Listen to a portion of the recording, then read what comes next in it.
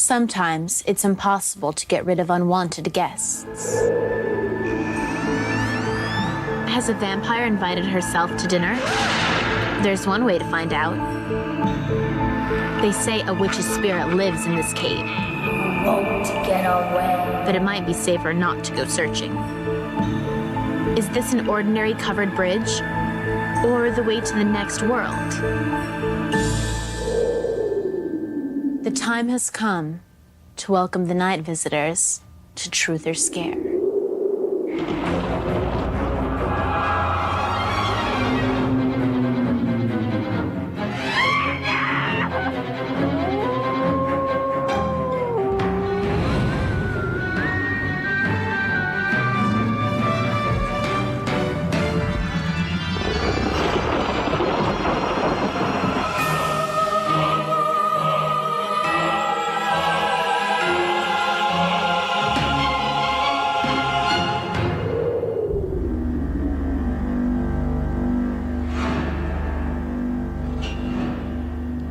Who are the night visitors? Even people who say they've actually met these mysterious spirits have no answer. There are places where voices are heard, visions are seen, and explanations are nowhere to be found. If the stories are true, then the ghosts of the past are here now. And they only come out at night. Did you hear something? Yeah. I think we better leave. You have to be fearless to go walking in these woods at night. Here, in rural Tennessee, they say an evil power has been haunting the area for centuries. I think we better leave.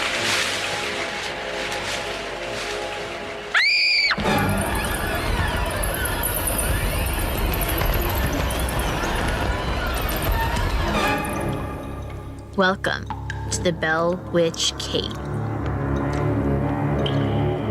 Today, the curious and the very brave still come here, ghost hunting. And they still tell the story of John Bell and the witch who tormented him. In the spring of 1813, John Bell moved his family to the town of Adams, Tennessee.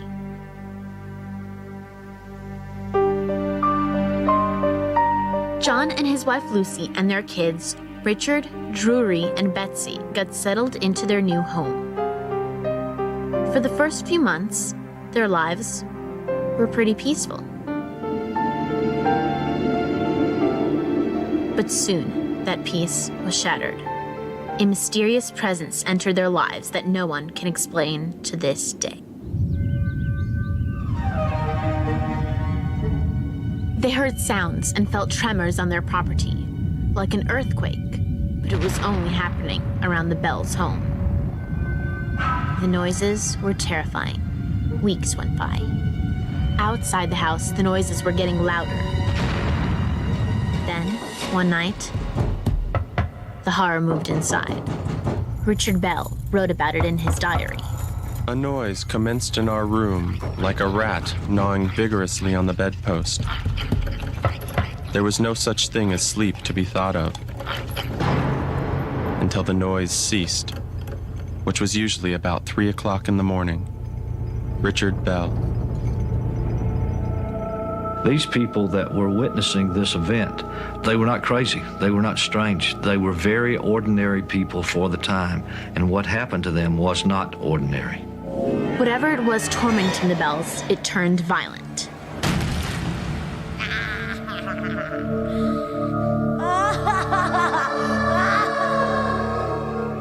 At first, they kept quiet about it, just a family problem. But eventually, the terror overcame them. They had to get help. John Bell called in James Johnston, a religious man who thought they might find a solution in the Bible. Johnston's method was direct. He interrogated the evil force and demanded answers.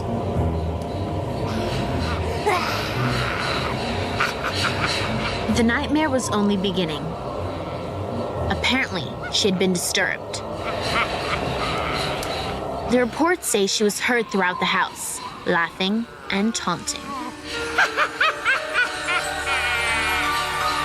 Word spread quickly through town. The locals started calling the awful thing the Bell Witch.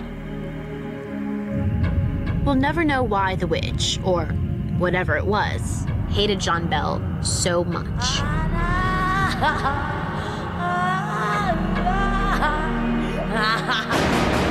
But according to witnesses, she swore to stay on him until the day he died. It was a tragic mix-up that finally ended Bell's life. Somehow, a jar of medicine he was taking got filled with deadly poison. The doctor was brought in to investigate. His conclusion? Accidental poisoning. People at the time did not believe it was an accident, but rather the work of the Bell Witch.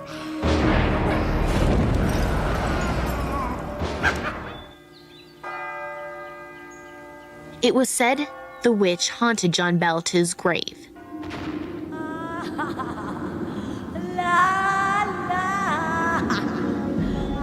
At his funeral, they say that her singing and laughing was so loud, no one could even hear the pastor's eulogy. After John Bell's funeral, the family moved far away from Adams. The house sat empty for years. But the Bell Witch could be more than a story.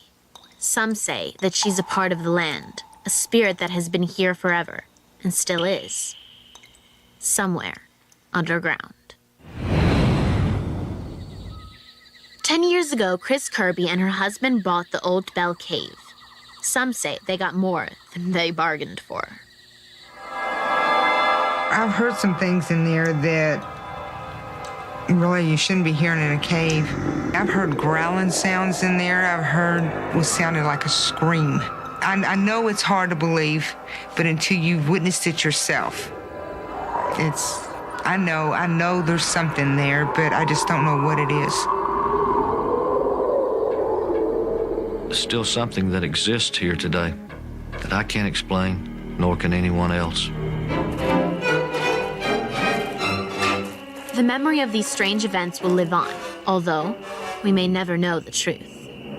As terrifying as the old stories are, it's even scarier to wonder if the Bell Witch might return someday.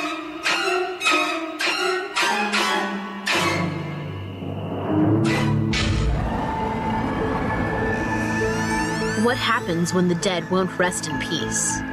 Find out when we dig up the story of America's last vampire. Next on Truth or Scare. Discovery Kids. Most people would probably say that vampires come from Transylvania. There are people all over the world who tell stories about the walking dead and monsters who feast on human blood. There have also been reports of vampires much closer to home, not so long ago.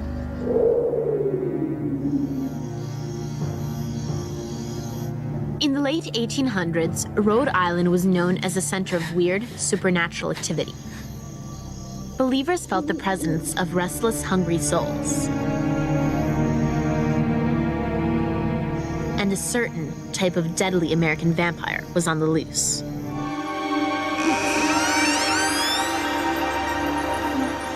Or so they said.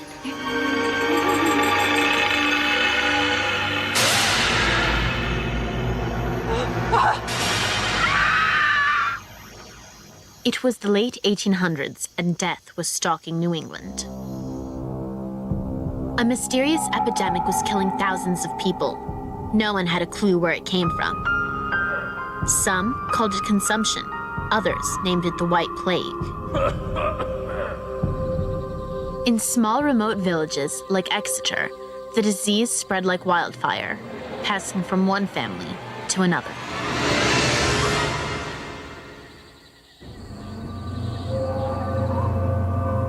It was the winter of 1883 when George Brown lost his wife, Mary. A slow, painful death. Then, one by one, his children each got the terrible disease as well. His daughter Olive, lying in bed, sick and weak, was haunted by nightmares. She dreamt about a shadowy figure who would steal her breath and drain her life force.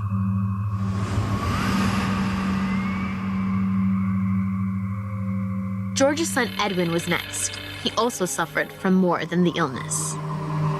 In horrifying dreams, his breath and blood seemed to be sucked from his body. It got worse. As Edwin lay at death's door, his sister Mercy became violently ill. And soon, she passed away. The town was gripped by fear. What was spreading the plague, and who would be next? They found no answers in science. So, they turned to folklore. They started to suspect that their enemy came from the supernatural realm. And if the living couldn't come up with a solution, maybe the answer lay buried with the dead. Town elder William Rose made an emotional appeal saying, "The undead must be returning from the grave to feed on the living." His prime suspect was one of the Brown family. He convinced George that there was only one way to save his son Edwin: dig up the bodies of his wife and children. George Brown said he would. Even the most prominent members of the community believed in the malevolent spirit and gathered at the graveyard. No one, rich or poor, was immune from the desperation of the times. First, they unearthed Olive and her mother. They are just dust and bones.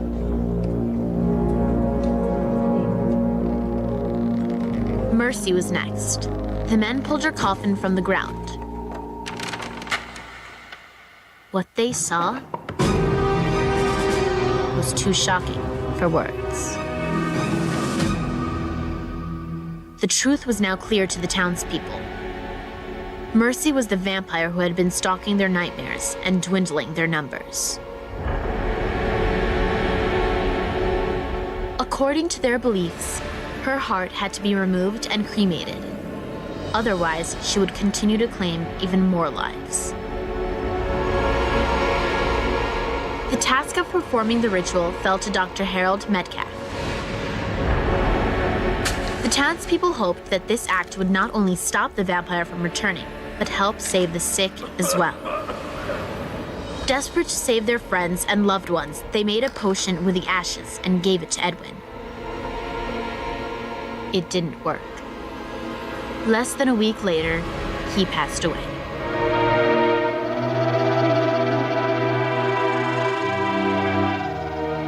Whether she was a vampire or not, after Mercy Brown was put to rest for the second time, the epidemic of consumption in Exeter, Rhode Island, came to an end.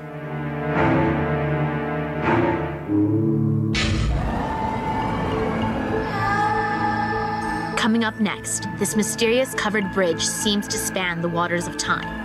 And on the other side, they say, a lonely ghost is waiting for all eternity. When Truth or Scare continues. The Gaggle. We'll be back on Discovery Kids. This Halloween, take a wild ride to the frightfully funny side with the biggest Halloween adventure. Get it.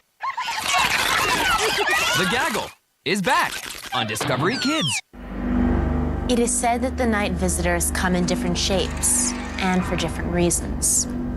If the evidence is true, then there's an endless variety of spirits out there in the netherworld.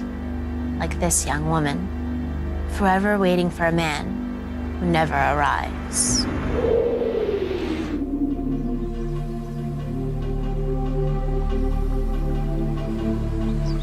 The Goldbrook Bridge gets its name from the narrow stream that runs underneath it. For decades, prospectors in Stowe Hollow, Vermont have been panning for gold there. But the bridge is the real treasure for people who want to meet a ghost. According to the local legend, back in the 1850s, love was in the Vermont air. A young farm girl named Emily met a young man, and pretty soon she was in over her head.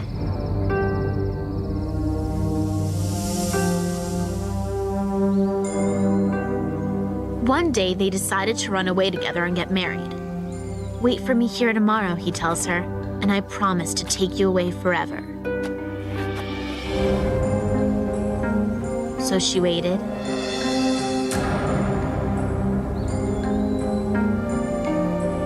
And waited.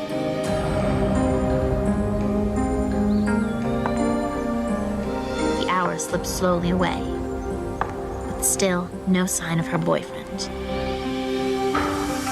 Depressed and alone, Emily made a vow to herself. She would never let anything like this happen again. Ever. I think her hopes were just dashed. By midnight, the hours had ticked away and she became more and more desperate. And she saw no alternative than to take her own life.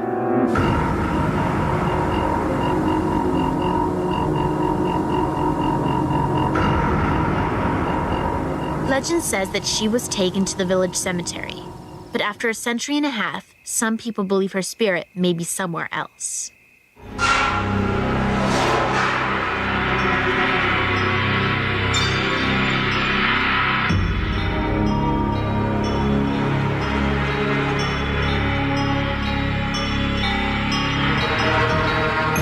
It's a very eerie feeling. People have gone to the bridge and have seen a figure, and they can hear her calling out.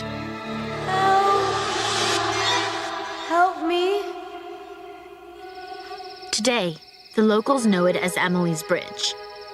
Have a look inside, they say, and if it's just the right kind of foggy night, you just might catch a glimpse of the past.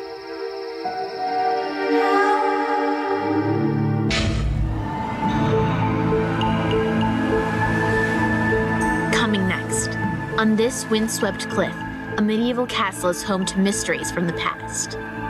Is it also home to ghosts? When Truth or Scare continues. Hey kids!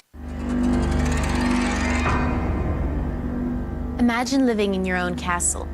Would you ever want to leave? Inventor John Hammond and his wife believe so strongly in the afterworld. Witnesses claim their spirits never left the castle grounds. Could they have discovered the secret to eternal life?